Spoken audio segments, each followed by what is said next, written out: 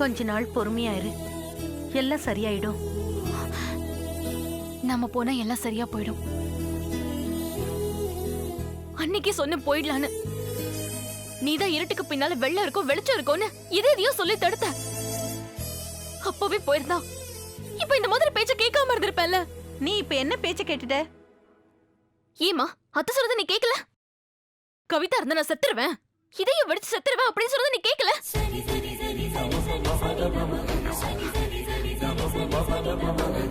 என்னால அத்த சாக வேண்டாமா? அவங்க நல்லா இருக்கணும், நிம்மதியா இருக்கணும், ரொம்ப முக்கியமா நல்ல ஆயுசோட இருக்கணும். போயிடலாமா?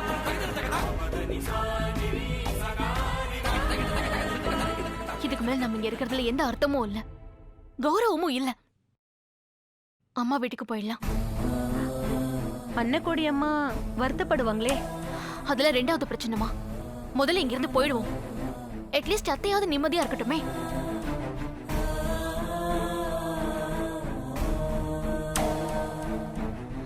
போமா, இதுக்கு மேல எதையும் மறுத்து பேசாம உன் பொட்டி பொடிக்க எல்லாம் ரெடி பண்ண. நானும் ரெடி ஆயிடுறேன்.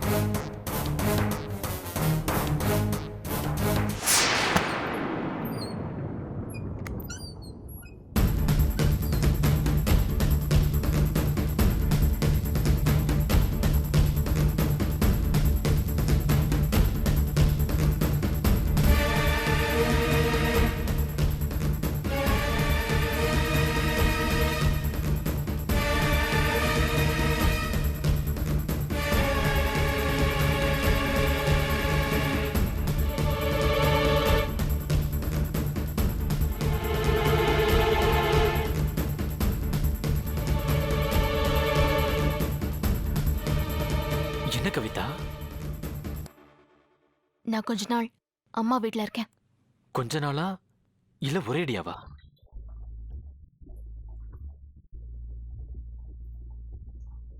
சொல்லு கவிதா, நீ போறது தற்காலிகமா இல்ல நிரந்தரமாவா? ஆமா திலகா, நான் கர்ப்பத்துல சுமக்கிறது தங்கதுரையோட குழந்தை தானே. கையில இருக்கிற தங்கதுரையோட புள்ள மேல வச்சு சத்தியம் பண்ணு.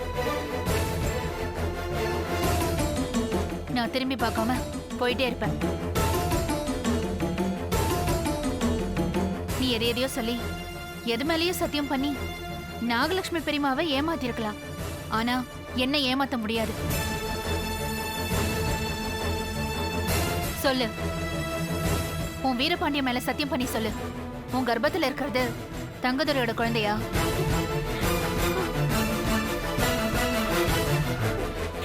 இல்ல, இல்லவே இல்ல. நான் சுமக்கிறது தங்கதுரையோட குழந்தை இல்ல. தங்கதுரையோட குழந்தையே இல்ல.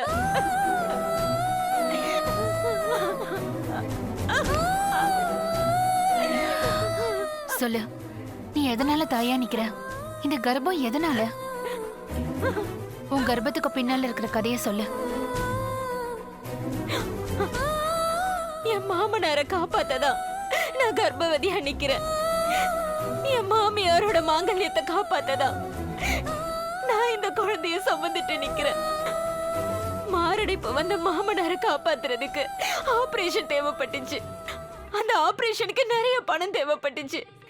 அப்பதான்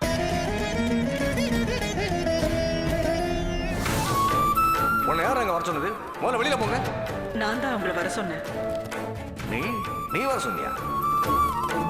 எதுக்கு வர சொன்ன? உங்க ஆபரேஷனுக்கு உண்டான பணம் 4 லட்சத்தை கட்ட. கதை அப்படி போகுதா? இந்த பாழா போன கொலகாரம் தர்ற காசுல நான் பொழைச்சு வரணுமா? ஏன்னா லட்சுமி, இதுக்கு பேசாம சோத்துல விஷம் வச்சு என்ன கொண்டு இருக்கலாமே. நான் பொழைக்க மாட்டேன் நாகலட்சுமி. சத்தியமா இதுக்கு மேல நான் பொழைக்க மாட்டேன். செத்துருவேன். என்னங்க இந்த உலகத்தோட நம்பர் 1 டாக்டர் வந்து ஆபரேஷன் பண்ணா கூட நான் பிழைக்க மாட்டேன், செத்துருவேன்.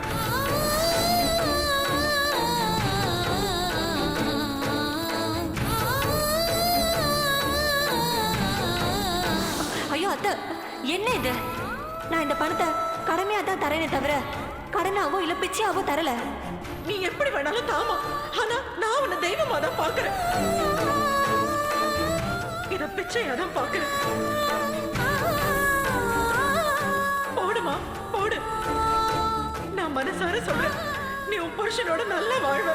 போடுமா போடு.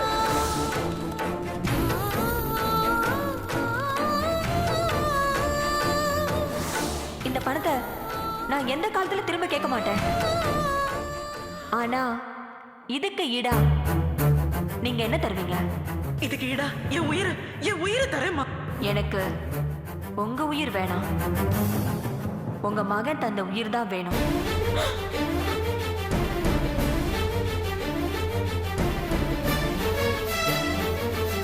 நான் சொல்றது புரியுதா அத்தை?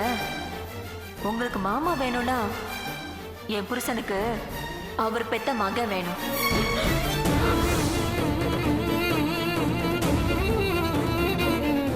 பைத்தியக்காரி, பணத்தை காட்டி பிள்ளைய கேட்டா கொடுத்துருவேனா? இந்த வேலையை எவ தெரியுமா பாப்பா? உன்ன மாதிரி மானம் கெட்டவ, மரியாதை கெட்டவ, வெக்கம் கெட்டவ, பிள்ளைய பெத்துக்க கூடிய வக்கில் அதவதான் செய்வான். நாங்க செய்ய மாட்டோம்.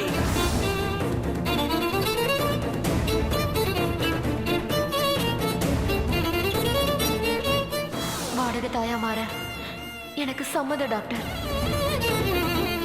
என் மாமாவோட ஆபரேஷன் நீங்க சொன்ன டேட்ல நடந்தாகணும். அதுக்காக நான் வாடகை தாயா மாற சம்மதம். சொன்ன மாதிரி அவங்க பணத்தை கொடுத்துருவாங்களா டாக்டர்? அதெல்லாம் சொன்ன வார்த்தை மாறவே மாறாது. வேணும்னா முதல்லயே பணத்தை உன் கையில கொடுக்க சொல்லிடுறேன். இல்ல டாக்டர், ஒரு பைசா கூட என் கைக்கு வேணாம். என் மாமாவோட ஆபரேஷன் நல்லபடியா நடந்தா அதுவே போதும். என்ன நம்பு கௌரி, நான் மானம் கெட்டு போய் இந்த கர்ப்பத்தை சுமக்கல. ஒரு வாடகை தாயாதான் இந்த கர்ப்பத்தை சுமக்குற. நான் தப்பா போய் தாயா நிக்கல கௌரி. என் மாமனாரோட உயிரை காப்பாத்தவும் என் அத்தையோட தாலிய காப்பாத்தவும் தான் முகம் தெரியாத ஒருத்தரோட குழந்தைய வாடகை தாயா சுமக்குற. இந்த குழந்தைக்கு எனக்கு இருக்கிற பந்தம் பாசம் எல்லாமே வெறும் 10 மாசம்தான். குழந்தைய பெத்ததும் அது யாரோ நான் யாரோ. நீ பெரிய தியாகி, ரொம்ப பெரிய தியாகி. தங்கதுரை தான் அப்பாவை காப்பாத்திருக்கணும். ஆனா மருமகளா இருந்துகிட்டு நீ எப்பேற்பட்ட காரியத்தை செஞ்சிருக்க. நீ உண்மையிலே பெரிய தியாகி திலகா.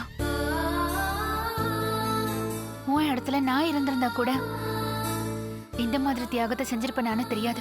ஆனா நீ செஞ்சிருக்க. நீ ரொம்ப நல்லவ, ரொம்ப ரொம்ப நல்லவ. ஆமா, இந்த உண்மையை நீ முன்னாடியே பெரியப்பா பெரியம்மா கிட்ட சொல்லிருக்கலாமே. சொன்னா தாங்க மாட்டாங்க கௌரி. ஏண்டா கோர்ட்டுக்கார போற கோர்ட்டுக்கு எப்பறா நீ கோர்ட்டுக்கு போறேன்னு பாக்குறேன். தடுக்காதீங்க என்ன.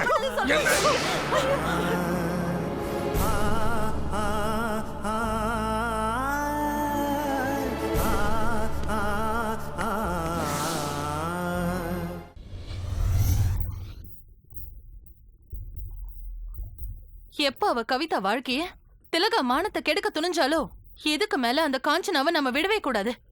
கௌரி போதுமா? தர்மத்தையும் நேர்மையும் நம்ம துணைக்கு வச்சுக்கிட்டதெல்லாம் போதும்.